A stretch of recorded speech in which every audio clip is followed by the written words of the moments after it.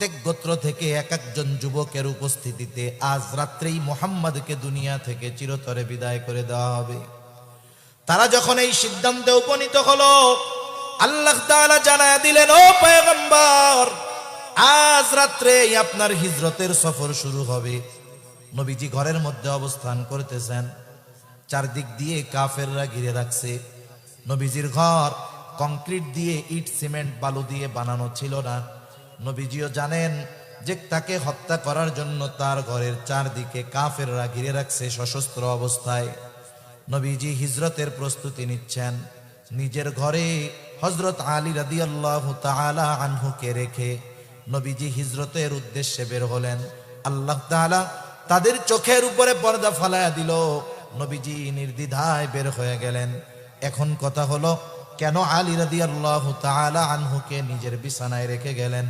কারণ নবীজি যখন হিজরত করবেন তখনও নবীজির কাছে কাফেরদের রাখা কিছু আমানত ছিল। আমরা হলে চিন্তা করতাম, যাদের কারণে দেশ ছাড়া লাগতেছে তাদের সম্পদ ফেরত দেওয়ার দরকার কি, এগুলা নিয়ে যাই। কিন্তু নবীজি যাদের কারণে হিজরত করা লাগতেছে, দেশ ছাড়া লাগতেছে, মক্কা থেকে মদিনায় চলে যাওয়া লাগতেছে, নবীজি মদিনায় গেছেন আল্লাহ তাআলার নির্দেশ, ঠিক আছে, কিন্তু দৃশ্যমান কিছু কারণ আছে। নবীজি যখন মক্কা থেকে মদিনায় যান, এর দৃশ্যমান কারণগুলোর মধ্যে অন্যতম কারণ হলো কাফেরদের মাত্রাতিরিক্ত অত্যাচার, জুলুম। নবীজি যখন মদিনার উদ্দেশ্যে রওনা হয়েছেন, বারবার নবীজি কাবার দিকে ফিরে তাকায়, বায়তুল্লাহর দিকে তাকায়। নবীজির দু চোখ দিয়ে অশ্রু পড়তেছে, আর নবীজি বলতেছেন, ও মক্কা, আমি তোমার বুকে অতিবাহিত হয়েছে আমার শৈশব, কৈশোর, যৌবন। ও মক্কারে, আমি তো কখনো তোমাকে ছেড়ে যেতে চাই নাই, কারণ তোমার বুকেই আছে বায়তুল্লাহ, আল্লাহর ঘর। কিন্তু তোমার বুকে বসবাসকারী কিছু সন্তান আমাকে তোমার কাছে থাকতে দিল না। তাহলে কত কষ্ট, কত ব্যথা, এটা নিয়ে নবীজি মদিনার উদ্দেশ্যে হিজরত করেছেন। যাদের কারণে এই মদিনায় হিজরত করতে হচ্ছে, এই মুহাব্বতের কাবা মক্কা ছেড়ে যেতে হচ্ছে, তাদের আমানত, তাদের সম্পদ নবীজির কাছে আছে। আর নবীজি ওই সম্পদ যথাযথভাবে তাদের কাছে ফিরিয়ে দেওয়ার ব্যবস্থা করে এরপরে সফর শুরু করেছেন। সুবহান। এটা একজন মানুষ, আমরা বলতেছি আমাদের দ্বারা বলা সহজ, আমরা শুনতেছি আমাদের দ্বারা শোনাও সহজ, কিন্তু ওই পর্যায়ের আমানতদারিতা অর্জন করা, এটা আমাদের জন্য বাস্তবেই অনেক কঠিন। এমন আমানতদার নবীর উম্মত আমরা, এই জন্য আমাদেরকেও আমানতদার হওয়ার দরকার। তাহলে এক নাম্বার জানলাম, লেনদেনের মধ্যে আমাদের আমানতদারিতা অর্জন করতে হবে। দুই নাম্বার, কথার ক্ষেত্রেও আমানতদারিতার প্রমাণ দিতে হবে। তিন নাম্বার, দায়িত্ব আমানত, ছোট বড় সকল দায়িত্ব আমানত। এখন তো এমন এক জামানা চলতেছে, যেই জামানায় দায়িত্ব নেওয়ার জন্য প্রতিযোগিতা করা হয়, আবার অনেক সময় দায়িত্ব কেনার জন্য বিপুল অঙ্কের টাকা ব্যয় করা হয়। অনেক টাকা ব্যয় করে মানুষ দায়িত্ব নিতে চায়। আমি কাউকে ইন্ডিকেট করে উদ্দেশ্য করে বলতেছি না, যা দেখি তাই বলি। মনে করেন অনেক জায়গায় শুনি এরকম যে নমিনেশন, চেয়ারম্যানই নমিনেশন নিতে 5 কোটি টাকা লাগছে। কত ব্যয় হয়েছে? 5 কোটি টাকা। উনি চেয়ারম্যান হবেন কেন? উনি চেয়ারম্যান হবেন যখন নমিনেশন পাইছেন, পোস্টার যখন বানান, মার্কা লেখার পরে লেখা থাকে না, অমক তারিখে অমক ভাইকে এই মার্কায় ভোট দিয়া জনগণের সেবা করার সুযোগ করে দেন। তাহলে উনি বলতে চাচ্ছে কি, এই চেয়ারম্যানের দায়িত্ব উনি নিতে চান জনগণের কি করার জন্য? কথা বলে না, কি করার জন্য?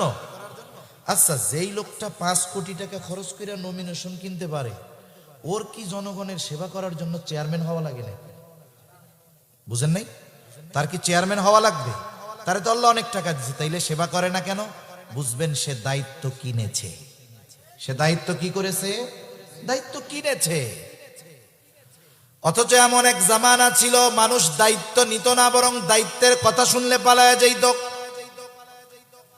সম্ভবত হযরত আবু যর গিফারি রাদিয়াল্লাহু তাআলা আনহুর ব্যাপারে আছে। একবার আলোচনা হইতেছে রাষ্ট্রের এই গুরুত্বপূর্ণ দায়িত্বটা কাকে দেওয়া যায়। আবু যার গিফারি রাদিয়াল্লাহু তাআলা আনহুর অনুপস্থিতিতে ওনার নাম একজন প্রস্তাব করেছে, অমককে দায়িত্বটা দেওয়া যায়। সকলের এই নামটা পছন্দ হয়েছে, কিন্তু এখনো চূড়ান্তভাবে ফয়সালা হয় নাই, শুধু আলোচনা হয়েছে, ফয়সালা পরে হবে।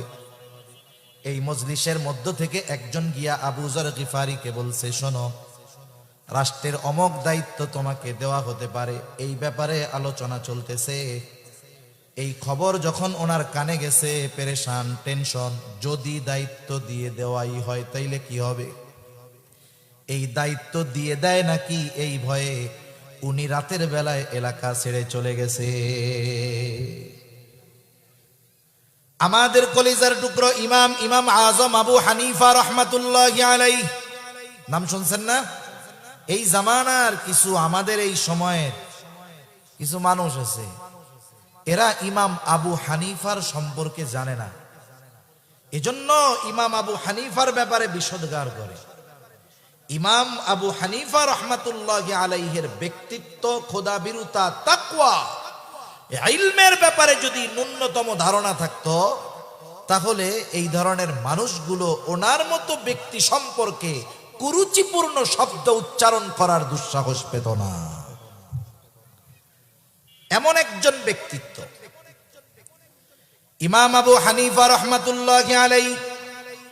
খলিফা মনসুরের সাথে দেখা হয়ে গেছে।